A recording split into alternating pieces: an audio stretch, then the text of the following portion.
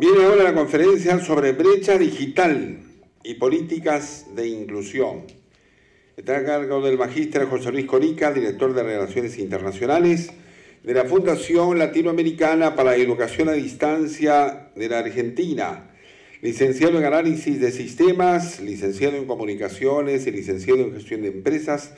Es magíster en Enseñanza y Aprendizaje Abierto y a Distancia, director de la revista científico-educativa Cognición y coordinador general de los Congresos Iberoamericanos de Calidad en Educación a Distancia.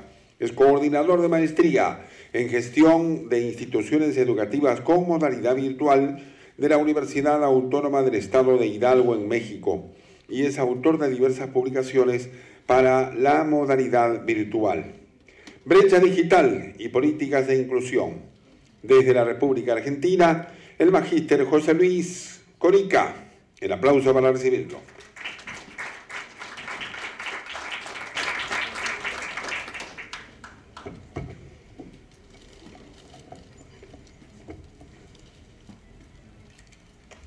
¿Cómo están? Buenos días a todos. Bueno, lo primero agradecer a la universidad por la invitación y a Virtual Educa por este sorprendente espacio de reflexión al que nos han invitado a todos. El tema a tratar hoy día sobre el que me gustaría conversar es brecha digital y políticas de inclusión, y de alguna manera he tratado de colocar un subtítulo que trate de darnos un poco el enfoque de esta reflexión a la que quiero invitarles, y es la brecha digital de segundo nivel y la responsabilidad docente ante la división de clases intelectuales. Vamos a tratar de hacer un recorrido respecto de lo que implica la brecha digital, cuáles son los conceptos, los distintos conceptos, cómo surge una brecha digital, cómo surge una brecha tecnológica, pero vamos a tratar de mirar más hacia adelante, vamos a tratar de ver una perspectiva de entre 5 y 10 años, cómo se espera que sea el futuro más probable en función a las evidencias que vamos viendo ahora de cómo van surgiendo las distintas tecnologías. Para poder trabajar un poco el tema de las brechas digitales, tenemos que tener conciencia de que la brecha digital es en realidad una brecha tecnológica.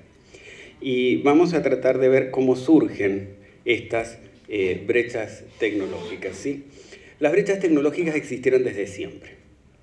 El desarrollo de una tecnología siempre produce cambios que en la distribución de la riqueza en los distintos pueblos y desde los primeros orígenes históricos, ¿sí?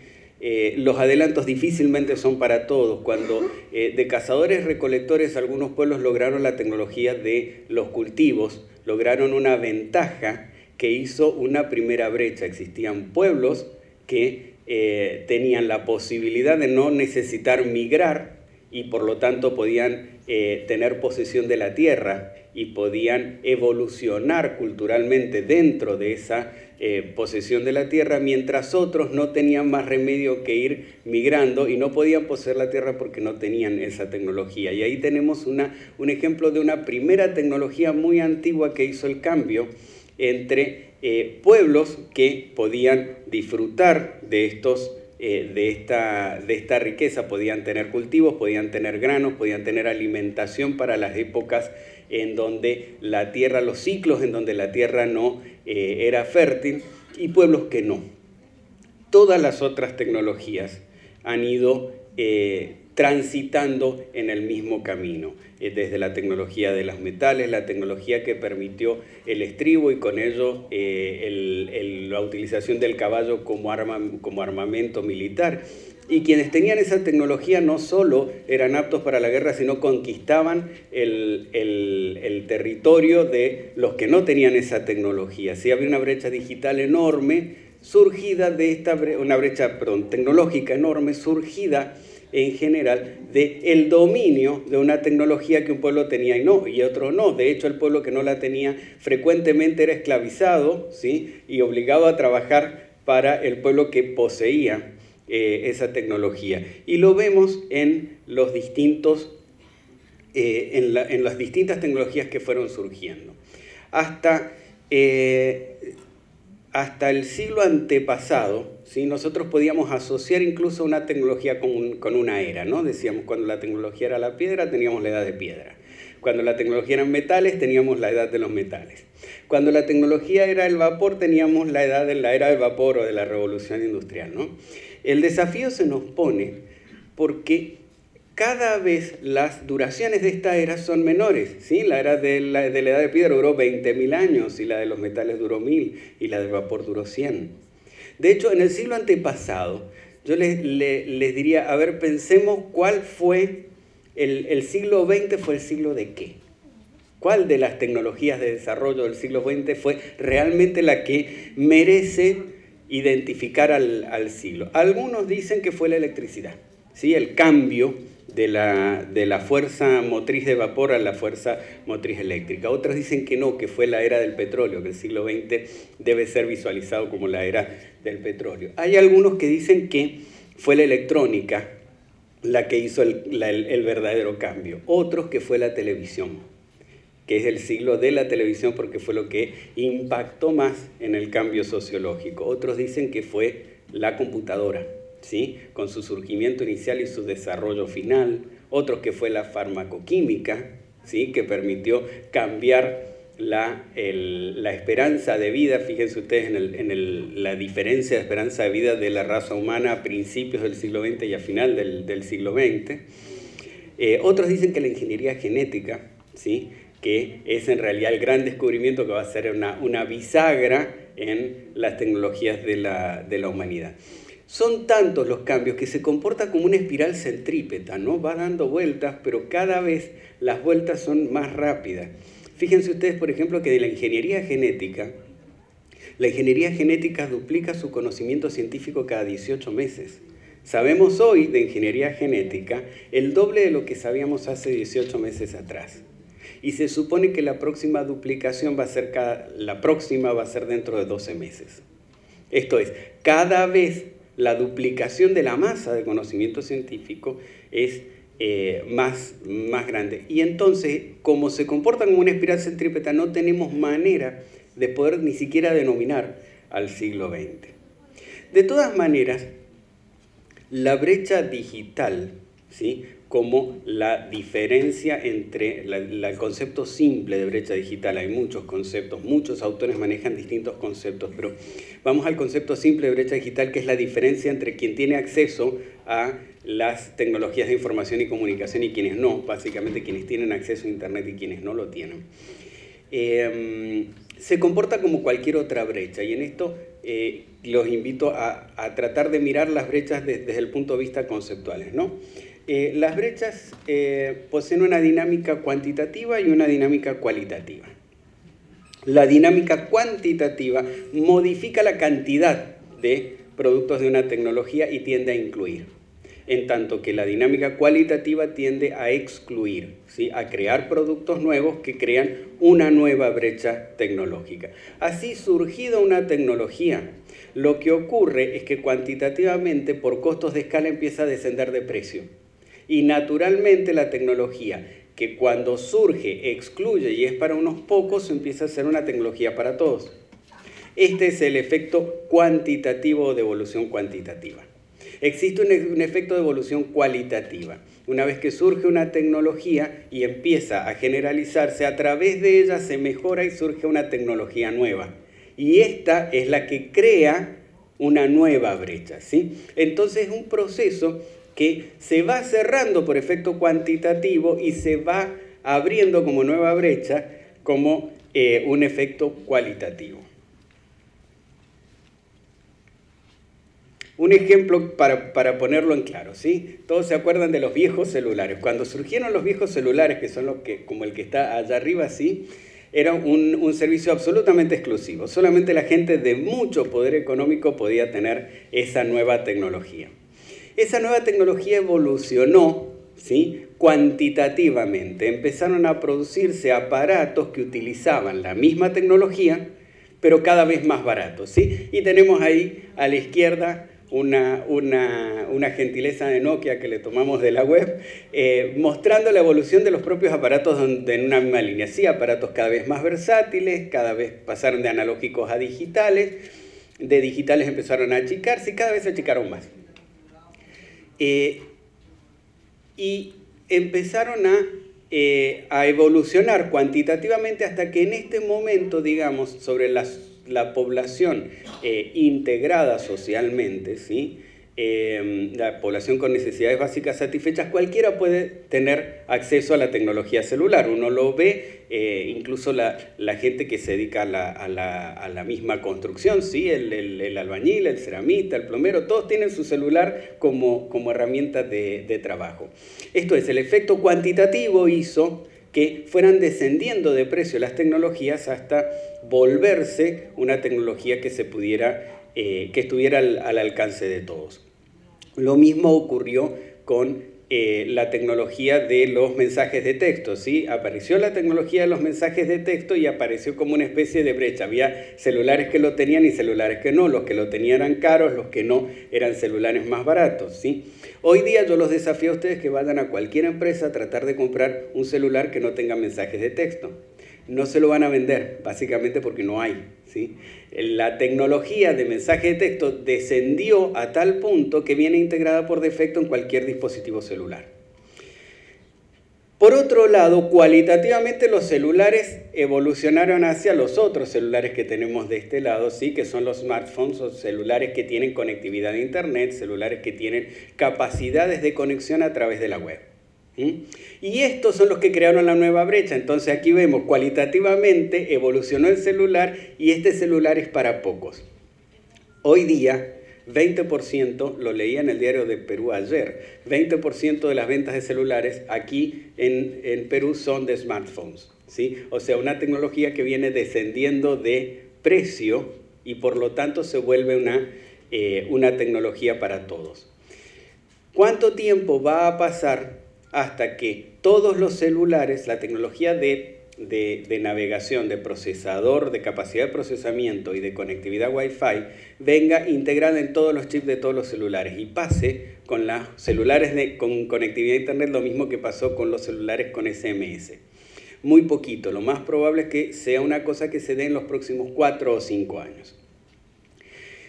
En consecuencia, lo que va a ocurrir es que de la población que tiene sus necesidades básicas satisfechas, que está integrada, que tiene acceso al común de los dispositivos tecnológicos, el 100% de los que tienen capacidad de comprar un celular van a tener un celular con conectividad a internet.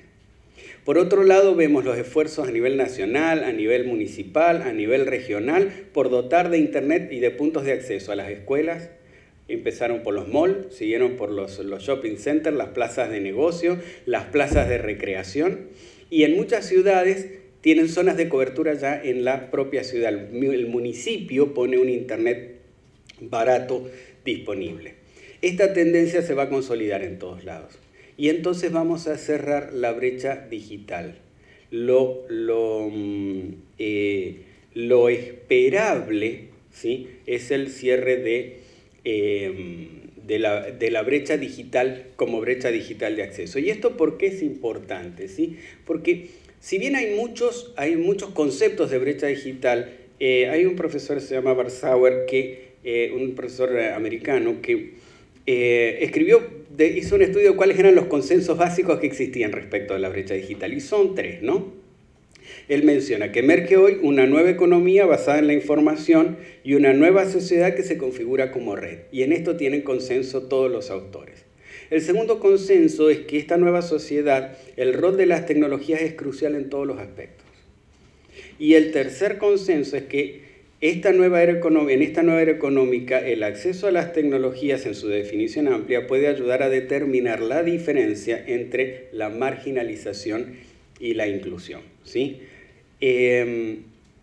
La perspectiva lo que nos dice es que la brecha digital tiende a cerrarse. La brecha tecnológica no, la brecha tecnológica va a seguir, pero no tiene la misma relevancia la brecha tecnológica que la brecha digital.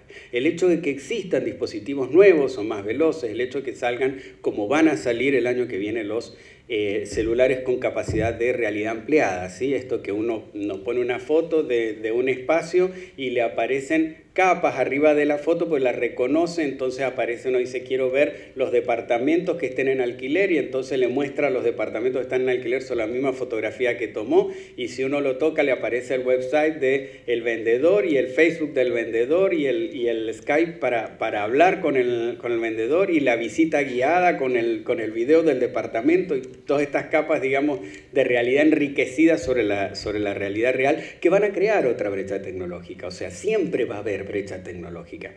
Pero esto no genera exclusión. La era de la exclusión digital es una era que va a cerrar. Se han visto acá muchos, sobre todo ayer, en las exposiciones de ayer, muchos esfuerzos para llevar las tecnologías a todos lados, ¿sí?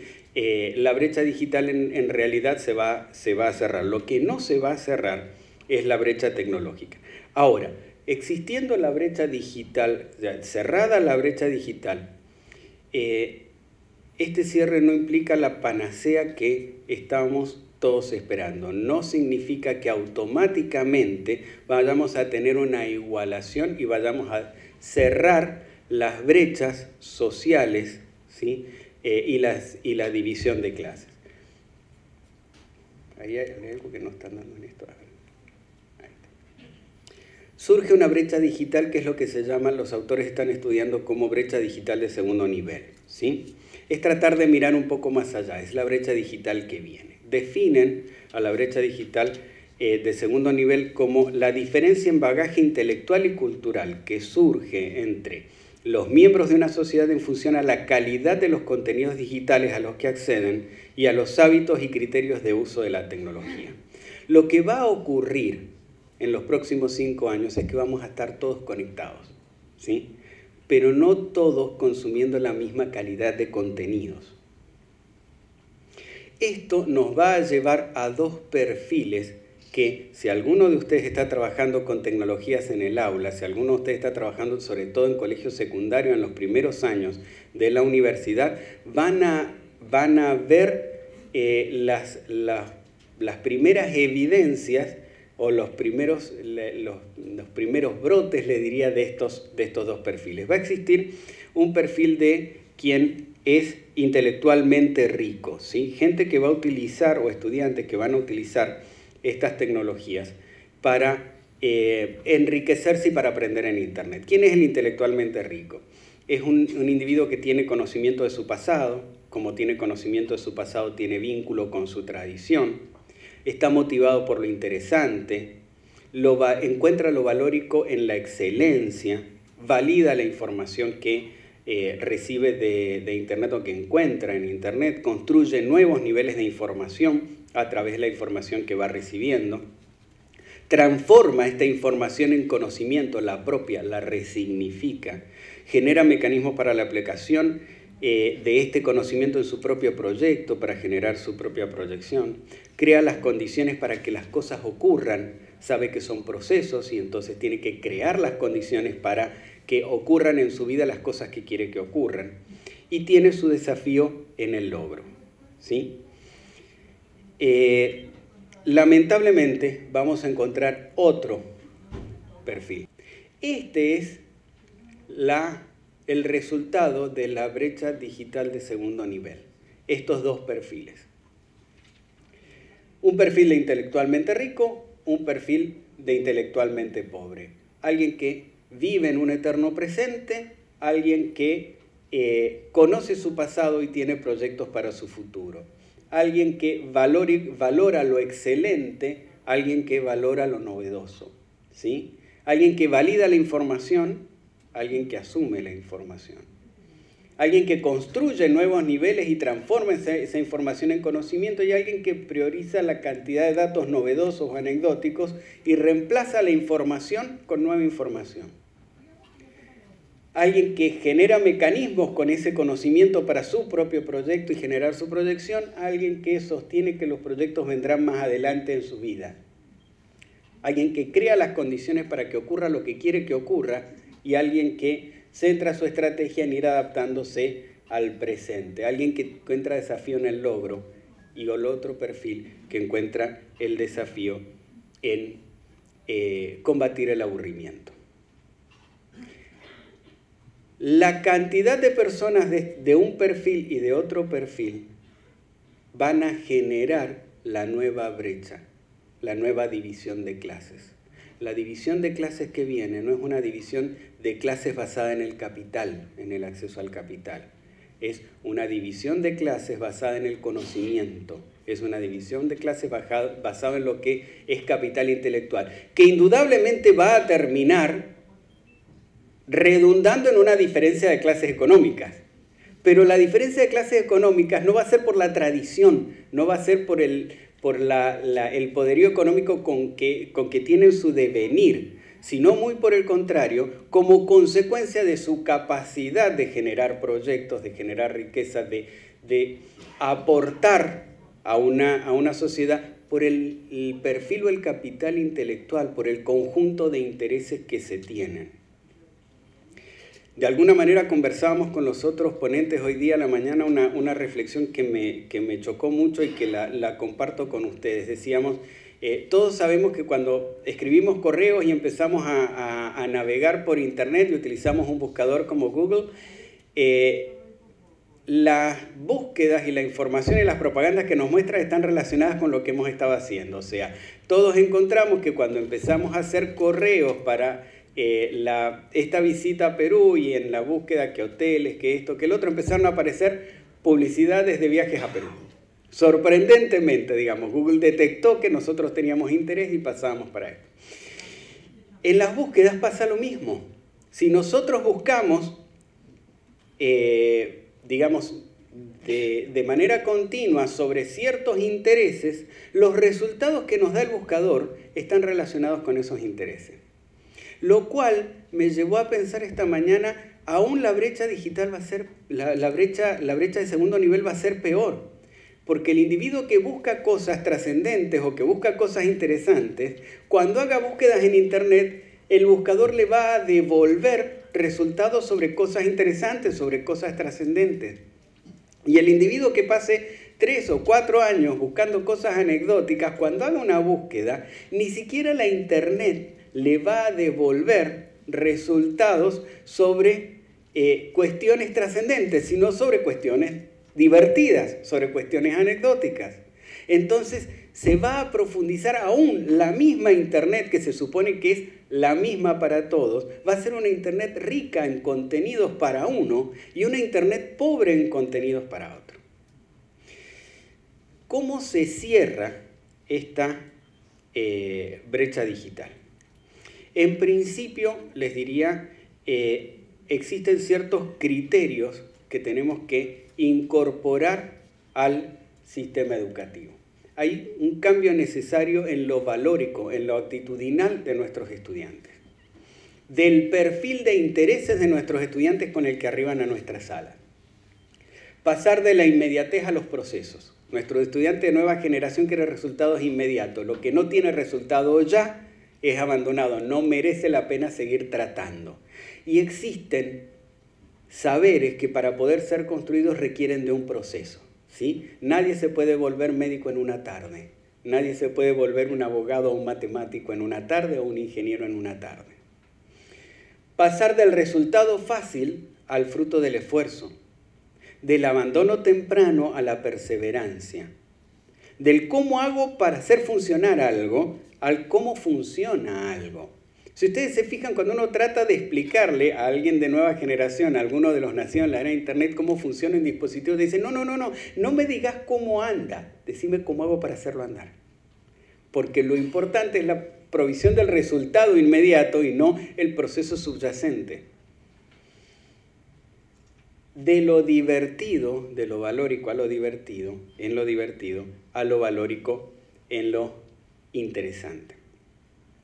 Ahora bien, ¿cómo preparamos al estudiante para el mundo que le toca vivir y para achicar esta brecha, esta división de clases que viene como consecuencia, que viene después de derrotada la brecha digital de primer nivel?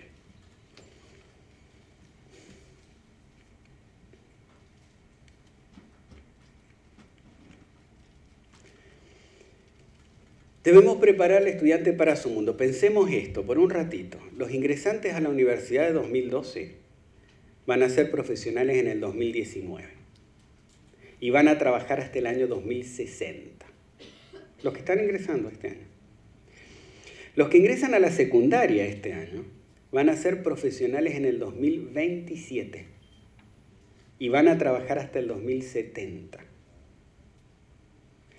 Los ingresantes de la primaria, de la escuela de los que están ahora en el jardín, ¿no? Van a ser profesionales graduados en el 2034. Y van a trabajar hasta el 2080, por lo menos hasta el 2080. ¿Cómo va a ser el mundo del 2030?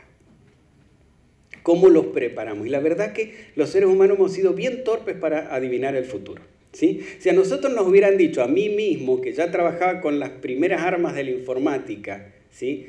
Allá por hace 6.000 días atrás, ¿sí? La Internet es muy joven. Pensemos que Internet tiene 6.000 días. Es la nada mismo. Y los cambios que ha producido en la sociedad y en la manera en que nos comunicamos, en la manera que nos conducimos. Si a mí me hubieran dicho que iba a existir una computadora 24/7, todos los días prendida, a prueba de fallos, ¿sí? Que iba a estar disponible siempre y que iba a tener fotos satelitales de todo el planeta, hasta 100 metros de altura, y que iba a tener la dirección de las calles y los hoteles que estaban allá adentro, y los monumentos, y fotografías de los monumentos, y videos de cada uno de los monumentos, y de que cada cosa que se iba produciendo se iba a ir incorporando, iba a tener 100.000 fotografías nuevas cada día. Yo hubiera dicho por lo menos dos cosas, ¿sí? La primera, que no era posible desarrollar una tecnología para una computadora de ese tipo. Y la segunda, que no iba a haber nunca dinero para poder hacer una computadora de ese tipo. Y sin embargo, una computadora de ese tipo existe, ¿sí? Se llama Google Maps y encima es gratis, ¿sí? Tenemos el acceso a esa información de manera gratuita. No supimos ver como humanidad, todos los que estamos acá, el advenimiento de la Internet. No pudimos verla. Y estamos preparando el sistema educativo para una cosa que no pudimos detectar. Tampoco pudimos detectar las redes sociales. Ustedes saben cuánto tienen las redes sociales como fenómeno. 7 años. No tienen nada. Y han cambiado fundamentalmente criterios importantísimos. Como por ejemplo el criterio de privacidad de al menos 2 generaciones. La concepción de la privacidad, la división entre la vida privada y la vida pública, que tienen las 2 generaciones, digamos, posteriores a la nuestra, a los inmigrantes digitales, es muy distinta de la que teníamos nosotros. Para nosotros teníamos una conciencia muy clara de qué cosas eran privadas y qué cosas eran públicas, qué cosas se compartían y qué cosas no, qué cosas eran fotografías que eran privadas y qué cosas eran imágenes que podíamos compartir, ¿sí? Las nuevas generaciones no. Las nuevas generaciones, si ustedes se fijan, no tienen esta división. Y no supimos verla. No supimos ver. Y las redes sociales, vaya que han cambiado. Vaya cualquiera de los que están trabajando en marketing comunicacional y se dan cuenta que hoy día, si vamos a hacer una campaña de prevención de SIDA, ¿sí? Y la queremos hacer por los diarios, no vamos a llegar a nadie, porque los individuos de riesgo, que son los adolescentes que comienzan su sexualidad, no leen el diario, ¿sí? Si no lo hacemos por una red social, vamos a tirar nuestro dinero en hacer una campaña de prevención. ¿Cómo preparamos entonces un individuo para el 2030, el 2040, el 2050, que va a tener que trabajar hasta el 2060, hasta el 2070, en un mundo del que no sabemos? Mira, lo primero que deberíamos hacer es abandonar la soberbia de la certeza curricular. Bajarnos del atril de decir nosotros sabemos lo que necesita saber quien vaya a ser profesional.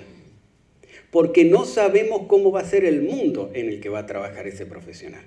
No sabemos cómo va a ser la realidad. Hacer diseño curricular hoy día es hacer ciencia ficción. Hacer diseño curricular es tratar de preparar un individuo que lo vamos a mandar a otro planeta, ¿sí? Y de ese otro planeta no sabemos nada. Lo único que sabemos es que su mundo va a ser distinto, que ese planeta va a ser distinto. El mundo del 2034, en general, lo que podemos saber es que va a ser, ahí tengo un problema de este. Es que va a ser distinto al nuestro, porque nuestro mundo de hoy es muy distinto al mundo de hace 15 o 18 años atrás. Y lo otro que sabemos es que va a ser dinámico, que va a ser cambiante. El mundo de ellos va a ser cambiante. Como es este mundo, esa tendencia no se va a acabar. Y creo que son las dos presunciones básicas que podemos tener respecto del diseño curricular. Si tuviéramos que preparar, ¿sí?, a alguien para un escenario de ese tipo, le diría, lo primero que deberíamos tratar es de crear capacidades, ¿sí? Capacidad de observación, de clasificación, de comparación, de identificación de variables, de construcción de relaciones entre las variables, de jerarquización, de análisis, de síntesis, de diagnóstico, de dimensionamiento, de validación de las fuentes de información, de relacionar los hechos actuales con los hechos pasados. Ahora pensemos, la mayoría de los que estamos acá somos docentes. ¿Cuáles de estas capacidades tenemos orientadas nuestra currícula para desarrollar? ¿Hasta dónde cuando enseñamos matemática o física o química? ¿Hasta dónde cuando enseñamos geografía o historia? ¿Hasta dónde cuando enseñamos computación o castellano? Estamos desarrollando estas habilidades. Porque lo único que podemos tener certeza es que las habilidades trascendentes son estas. Y entonces, de alguna manera, debemos generar una nueva didáctica que esté orientada hacia, sin el abandono de contenidos, el poder prepararlos con las herramientas para su mundo. Existe un desafío adicional. La construcción de aprendizajes de los estudiantes nacidos en la era de Internet es sustancialmente distinta a la forma de construcción de aprendizaje que hacíamos nosotros, ¿sí? Nuestros destinatarios son nativos digitales. Esto quiere decir que hablan el lenguaje de las tecnologías desde su nacimiento. A los inmigrantes digitales se nos nota que es la segunda lengua. La hablamos con acento, ¿sí? Hablamos esta segunda lengua digital con acento. Ellos llegan al jardín de infantes con 3.000 horas de manejo de dispositivos electrónicos. Llegan a la primaria, ¿sí?, llegan a la secundaria con 10.000 horas de manejo de dispositivos digitales. 10.000 horas se supone que es el tiempo que demora en hacerse un experto, en hacerse un cirujano, en hacerse un piloto de jet. Llevan 10.000 horas trabajando en esas tecnologías. Cuando llegan a la universidad llevan 20.000 horas construyendo aprendizajes en tecnologías. Los cambios implican un cambio también de lenguaje, ¿sí? Y cuando ocurren cambios, no es la primera vez que hacemos un cambio de lenguaje. ¿Sí? Galileo Galilei, a Galileo le hicieron el juicio por dos cosas, no solo por el cambio del geocentrismo, ¿sí?, que desafiaba los postulados de la Iglesia, sino porque se atrevió a hacer ciencia en italiano y no en latín. Y todos los científicos de su época lo que decían es, el italiano es una lengua mundana y como es una lengua del pueblo no tiene el rigor científico para poder expresar ciencia, ¿sí? Cuando escuchamos hoy día que los lenguajes digitales no tienen el rigor científico para expresar la ciencia, ¿no estamos haciendo lo mismo que los padres de Galileo hace cientos de años? ¿Quién dice que no tienen los lenguajes digitales por ser lenguajes mundanos, por ser los lenguajes en donde la gente de hoy, la nueva generación, construye su aprendizaje, rigor científico?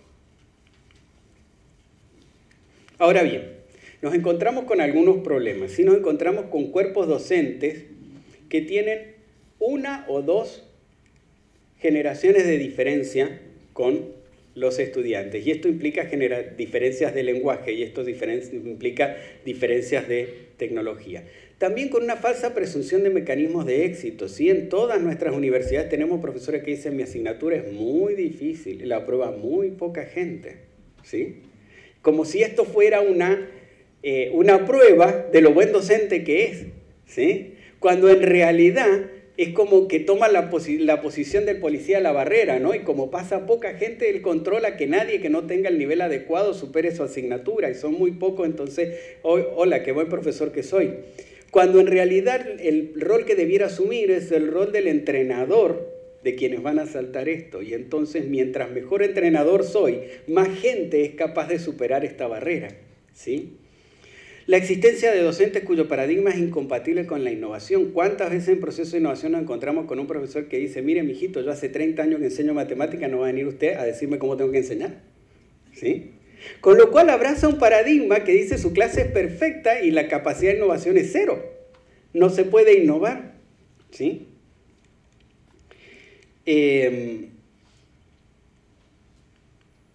Existe entonces la necesidad de hacer un cambio en los paradigmas, ¿sí? Y acá voy a citar a Ramón Ferreira, un colega y amigo personal cubano que trabaja en la Nova Southeastern University.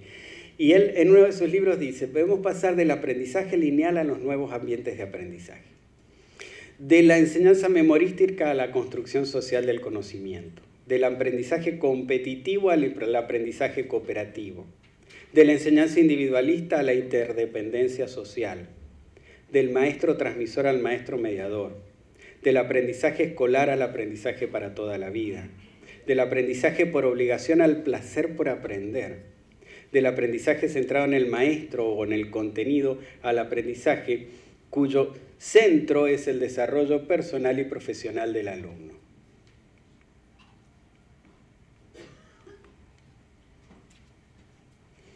Por lo tanto, debemos hacer una adecuación de las herramientas. Miren, nosotros estudiábamos con un mapa de este tipo, ¿sí? Un mapa de este tipo tenía mucha información. Tenía información de relieve, tenía información de ríos, tenía información de división política. Nuestros estudiantes, en realidad, estudian con un mapa de ese tipo.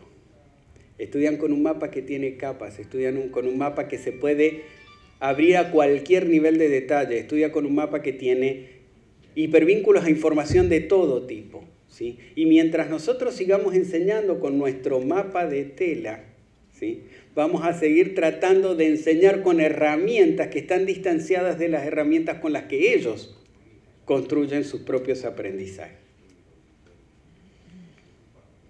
En síntesis,